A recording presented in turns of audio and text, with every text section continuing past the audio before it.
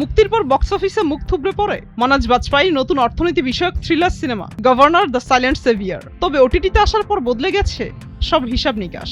ভারতে প্রাইম ভিডিওর সার্বিক মোস্ট ট্রেন্ডিং সিনেমার তালিকায় শীর্ষ স্থান দখল করেছে এটি। গত 12 জুন বড় পর্দায় মুক্তি পেয়েছিল চিন্ময় মান্ডলেকর পরিচালিত সিনেমা গভর্নর। 1991 সালের ভারতের অর্থনৈতিক সংকট ও রিজার্ভ ব্যাংকের তৎকালীন গভর্নর এস ভেঙ্কিটার মানান বাস্তব জীবনে অনুপ্রেরণায় তৈরি হয়েছে সিনেমাটি। তবে জটিল রাজনৈতিক ও প্রশাসনিক বিষয়বস্তু হওয়ায় সাধারণ দর্শকদের মধ্যে তেমন সাড়া ফেলতে পারেনি। ফলে বক্স অফিসে মাত্র 7.5 কোটি রুপি আয় করে ফ্লপের খাতায় নাম লেখায় সিনেমাটি।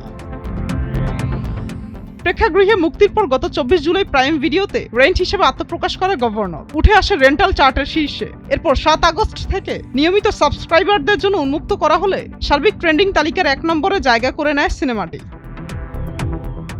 জাতীয় দেউলিয়াত্ব ও তীব্র অর্থনৈতিক অনিশ্চয়তার মুখোমুখি দাঁড়িয়ে একজন প্রশাসনিক কর্মকর্তা নেয়া কিছু সাহসী ও ঐতিহাসিক সিদ্ধান্ত কিভাবে দেশকে রক্ষা করেছিল তা তুলে ধরা হয়েছে এই সিনেমায়। কেন্দ্রীয় চরিত্রে অভিনয় করেছেন মনোজ বাজপেয়ী। রাজনৈতিক রেষারেষি, সামাজিক উদ্বেগ ও চরম প্রতিকূলতার মধ্যে দেশের অর্থনীতি বাঁচানোর সেই রোমাঞ্চকর লড়াই এবং মনোজ বাজপেয়ীর নিখুঁত অভিনয় দারুণ সমাদৃত হচ্ছে।